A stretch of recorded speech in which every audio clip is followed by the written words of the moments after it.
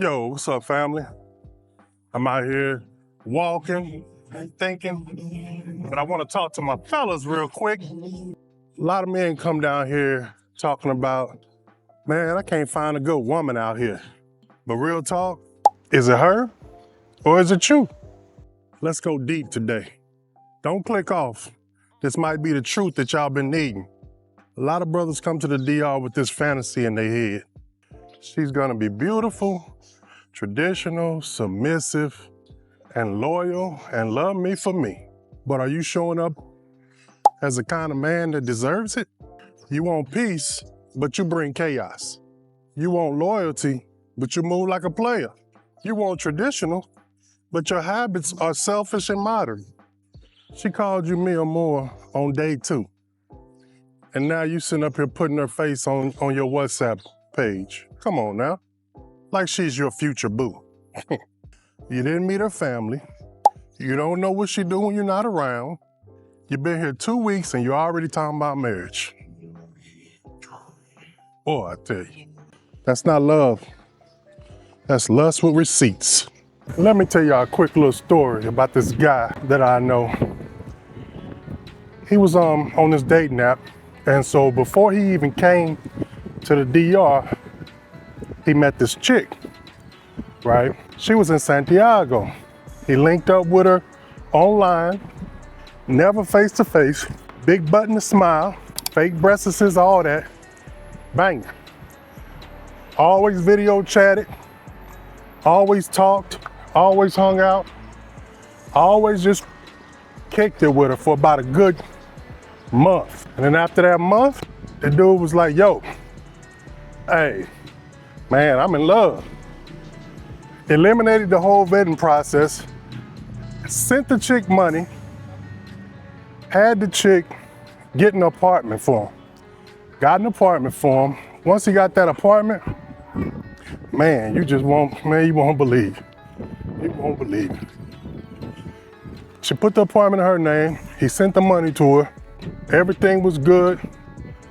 She moved out of her apartment, sent the money, bought furniture, bought refrigerator. The apartment was laid. 3-bedroom joint, 2 bath, brand new. Signed the paperwork. Boom. Fast forward, he finally met her at the airport, and he was like, man, she was all right, but not exactly what he was seeing on camera. Some things you just can't see on camera, fellas. And so what he say is that she had some stuff on her face. She had some craters that you really couldn't see on camera. And she had her body had some acne.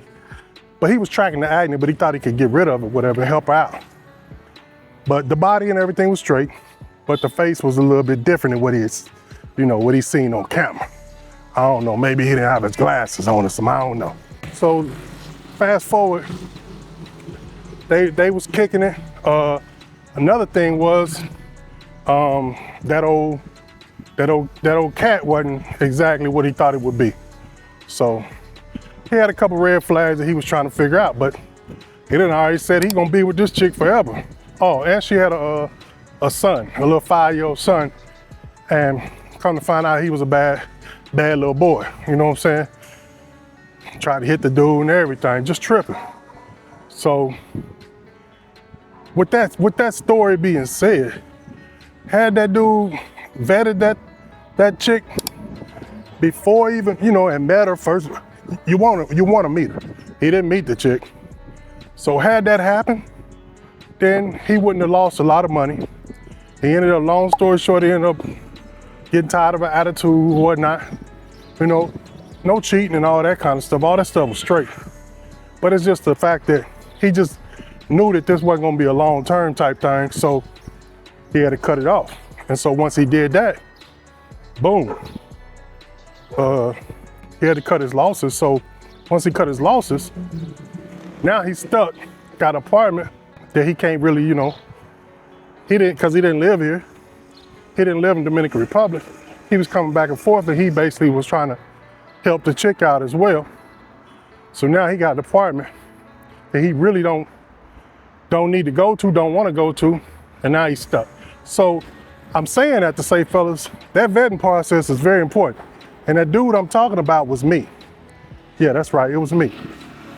I'm the dude that got caught slipping and decided to leave with my doggone wallet. And I just knew, I thought I was in love.